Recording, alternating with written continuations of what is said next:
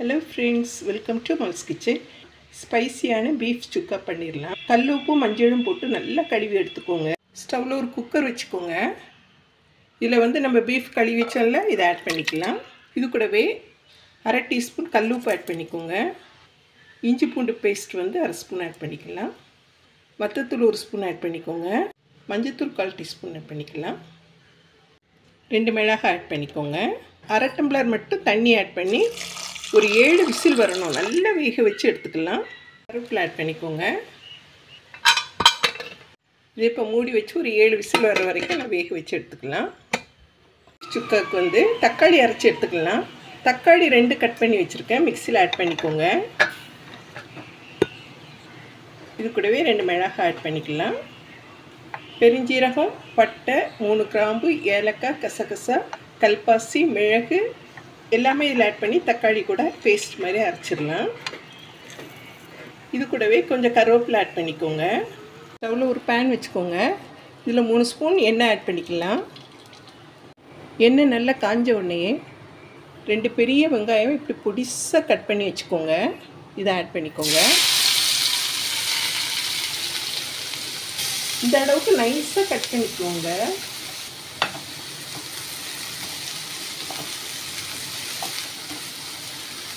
வெங்காயத்தை நல்லா ஃப்ரை பண்ணி விட்டுக்கலாம். பாருங்கள், வெங்காயம் இந்த அளவுக்கு நல்லா வறுத்து விட்டுக்கோங்க. இதில் இஞ்சி பூண்டு பேஸ்ட் 1 ஸ்பூன் ஆட் பண்ணிக்கலாம். வத்தத்தூள் 1 ஸ்பூன் ஆட் பண்ணிக்கோங்க. மல்லித்தூள் 1 ஸ்பூன் ஆட் பண்ணிக்கலாம். சுக்கா மசாலா இல்லைன்னா மட்டன் மசாலா இருந்தால் ஆட் பண்ணிக்கோங்க. உப்பு ஆட் பண்ணிக்கலாம். கரம் மசாலா அரை டீஸ்பூன் போதும், ஆட் பண்ணிக்கோங்க. எல்லாத்தையும் மிக்ஸ் பண்ணி விட்டுடலாம்.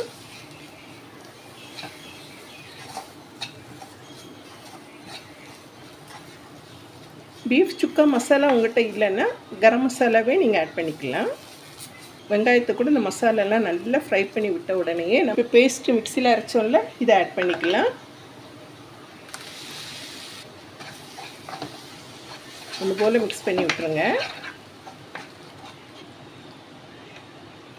இந்த மசால் 1 நிமிஷம் நல்லா கொதிக்கட்டும். கொதித்த பிறகு நம்ம பீஃப் வேக வச்சுருந்ததை ஆட் பண்ணிக்கலாம்.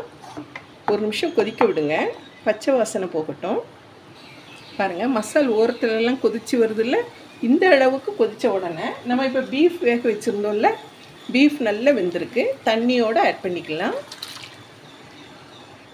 கருவேப்பிலை ஸ்டெம்மை எடுத்துருங்க.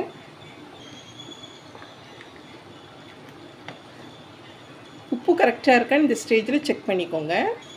கருவேப்பிலை கொஞ்சம் ஆட் பண்ணிக்கோங்க மேலே.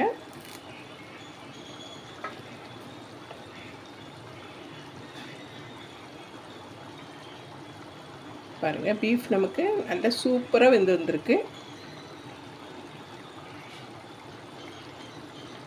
இப்போ இதை நம்ம ஒரு 10 மினிட்ஸ்க்கு லோ ஃப்ளேமில் வச்சு வேக வச்சு எடுத்துக்கலாம். மூடி வச்சுருங்க.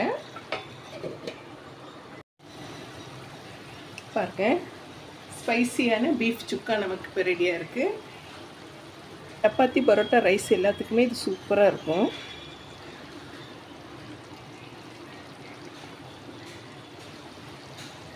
இதுக்கு மேலே மல்லி இலை ஆட் பண்ணிக்கோங்க.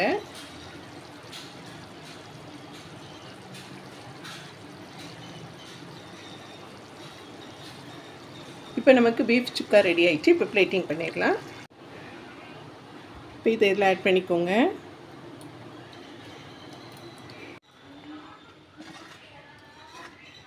இப்போ இதுக்கு மேலே மல்லி இலை ஆட் பண்ணிக்கலாம்.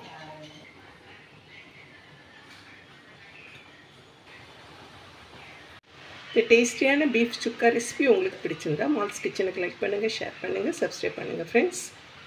தேங்க்ஸ் ஃபார் வாட்சிங்.